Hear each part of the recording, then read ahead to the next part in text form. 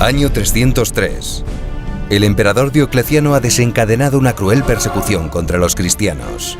En Cartago, medio centenar de ellos son apresados. Les han sorprendido celebrando la Eucaristía. Gozosamente reciben todos el martirio por su fe en la Eucaristía. ¿Por qué apreciaban más la Eucaristía que sus propias vidas? Para ellos y para todo cristiano, esta vida mortal no es sino antesala del paraíso, del encuentro eterno y feliz con Dios.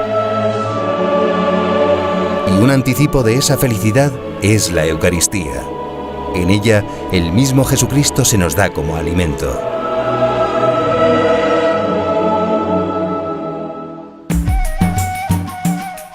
Sí, es un gran milagro. El Antiguo Testamento lo había anunciado con muchos siglos de antelación. Cuando Moisés liberó a los israelitas de Egipto, caminaron muchos años por el desierto hacia la tierra prometida. Para alimentarles y darles fuerzas, Dios hizo llover milagrosamente pan del cielo. Lo llamaron maná. Jesús se lo recordó a los judíos. Fue su Padre Celestial quien envió el maná a sus antepasados. Pero a partir de ahora, les dijo, el verdadero pan del cielo será su cuerpo, que Él nos dará en la Eucaristía.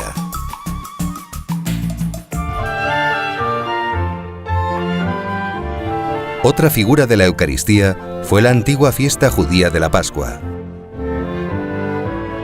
Para celebrar la liberación de Egipto, cada familia israelita sacrificaba un cordero, lo asaba y lo comía con panes ácimos. La figura del cordero es importante. En el bautismo de Jesús, Juan Bautista le presentó como el Cordero de Dios que quita los pecados del mundo. Anunciaba así el sacrificio de Jesucristo en la cruz. Él sería el Cordero, la víctima inocente, inmolada para la salvación de todos los hombres. Fue precisamente durante la cena pascual cuando Jesús instituyó el gran sacramento de la Eucaristía. Le dio un sentido nuevo, una nueva Pascua. Ya no celebrarían la liberación de Egipto, sino la liberación del pecado y de la muerte, realizada por su propio sacrificio en la cruz. Es la cena más importante de la historia. ¿Qué ocurrió en ella? La noche anterior a su pasión, el día que los cristianos llamamos Jueves Santo, Jesús se reunió con sus 12 apóstoles en el cenáculo. Tomó pan en sus manos, lo bendijo, lo partió y se lo dio diciendo: «Tomad y comed todos de él, porque esto es mi cuerpo que será entregado por vosotros».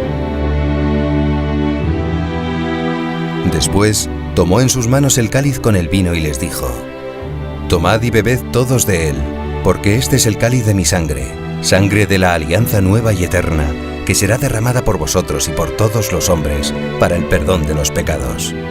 Haced esto en conmemoración mía».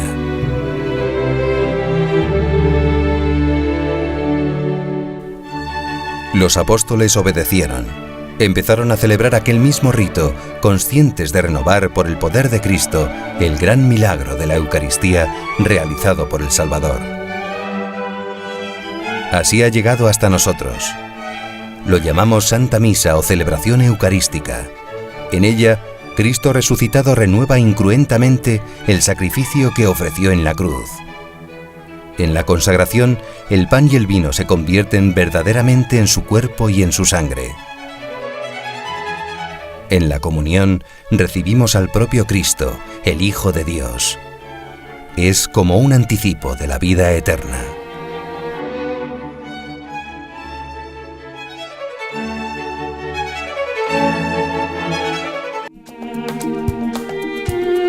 Jesús está presente en la Iglesia de diversas maneras. En su palabra, en los sacramentos, en los pobres, en los enfermos, en el prójimo. Pero lo está sobre todo en la Eucaristía. En este sacramento, Jesús está presente bajo las especies del pan y el vino, con su cuerpo, sangre, alma y divinidad.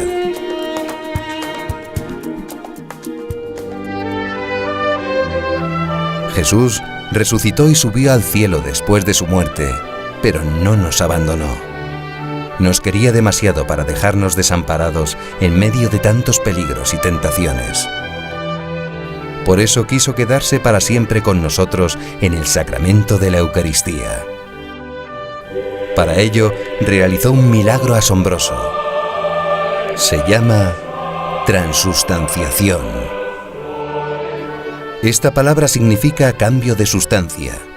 En la hostia santa y en el cáliz, lo que antes era pan y vino, se convierten en el cuerpo y la sangre de Jesús. Este prodigio sucede en el momento de la consagración. Es el mismo Jesucristo quien realiza esta milagrosa conversión en cada misa, igual que la realizó en la última cena.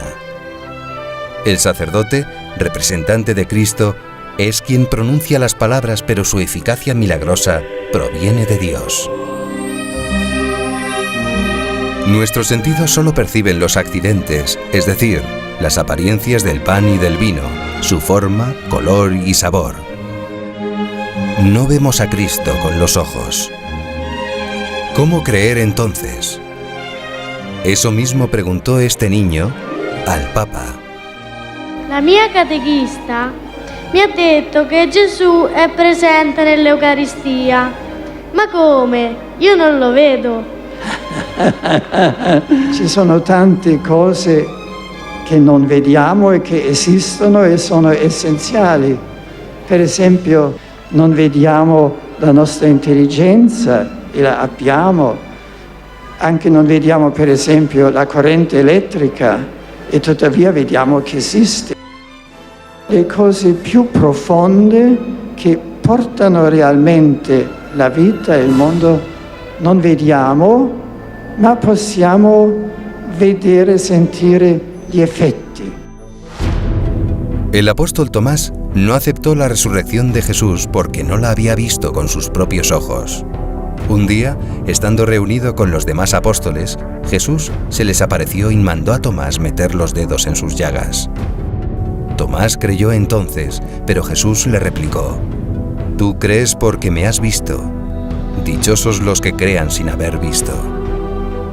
Esas palabras van dirigidas también a nosotros, para que creamos en su presencia real en la Eucaristía, aún sin verle. Sin embargo, de vez en cuando, Jesús nos recuerda su presencia viva en la Eucaristía con sucesos extraordinarios. En el monasterio del Escorial se venera la reliquia de uno de ellos. En la sacristía, tras este monumental cuadro, se conserva una sagrada forma del siglo XVI. Unos soldados protestantes saquearon una iglesia en Holanda y pisotearon esta hostia consagrada. Las botas, provistas de clavos, la perforaron en 3 sitios. En ese momento brotó sangre viva. Se habían formado 3 heridas en el cuerpo de Cristo. Con este y otros hechos milagrosos, Jesús quiere recordarnos que cada día sucede un milagro aún mayor. Su presencia viva entre nosotros por amor en la celebración de la Eucaristía.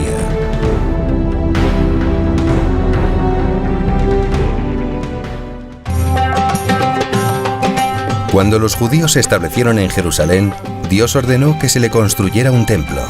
En él, los sacerdotes de la antigua alianza le ofrecían holocaustos y sacrificios en reparación por los pecados y en acción de gracias. Pero, ¿podían aquellas ofrendas reparar realmente los pecados cometidos por los hombres? Solo un sacrificio ofrecido por un hombre que era Dios tendría valor infinito para reparar la ofensa al Creador cometida por Adán y Eva y por las ofensas de sus descendientes. El templo y los sacrificios de la antigua ley eran solo imagen y anuncio de un sacrificio infinitamente más valioso. El ofrecido por Jesús a Dios Padre con su pasión y muerte para la salvación del mundo. En la Eucaristía se revive el sacrificio de la cruz. Jesús ofrece en ella el mismo cuerpo que entregó en el Calvario y la misma sangre que allí derramó. El sacrificio de la cruz y el de la misa son un único sacrificio. Esto es posible porque al ser Jesucristo Dios eterno, Su muerte hace 20 siglos es una realidad sobrenatural que trasciende el tiempo y el espacio. ¿No hay pues diferencia entre nuestra misa y la del Calvario? Sí, pero son solo diferencias accidentales. En la cruz, Cristo se ofreció de una vez por todas, de modo cruento. Derramó toda su sangre y sufrió indeciblemente. En el altar se ofrece el mismo Jesús, pero de modo incruento, sin padecer, porque resucitó y los cuerpos gloriosos no sufren. En el Calvario, Jesús se ofreció a sí mismo. En la Santa Misa se ofrece por medio del sacerdote, que le presta su persona y habla por él. Si el sacerdote no representase a Cristo, no diría, «Esto es mi cuerpo», diría, «Esto es el cuerpo de Cristo». El principal acto de culto que podemos ofrecer a Dios es la Santa Misa. Es el centro y la raíz de la vida cristiana. Pero, ¿cómo sacar fruto de ella? Participando en ella, consciente, activa y piadosamente. Tratándole en la Eucaristía le conocemos y amamos más. Crecemos así en nuestra vida de hijos de Dios. Asistir frecuentemente a la celebración de la Eucaristía, incluso los días de diario, es un gran bien para el alma del cristiano. Al participar en ella, recibimos el tesoro infinito de la pasión, muerte y resurrección gloriosa de Jesucristo. Al comulgar, se acrecienta nuestra unión con Jesús. Él nos concede con su gracia nuevas fuerzas para vivir como cristianos. Su gracia nos limpia de los pecados veniales y nos preserva de los mortales. Además, al unirnos más a Cristo, estrecha también nuestra unión con los demás miembros de la Iglesia, pues con ellos formamos el cuerpo místico de Cristo.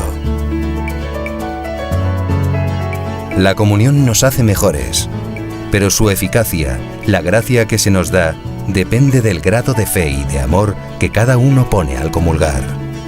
Después de recibir un don tan grande, es natural que demos gracias al Señor y permanezcamos un rato en íntima oración con Jesús. Él está dentro de nosotros como amigo, médico, maestro y rey de nuestros corazones.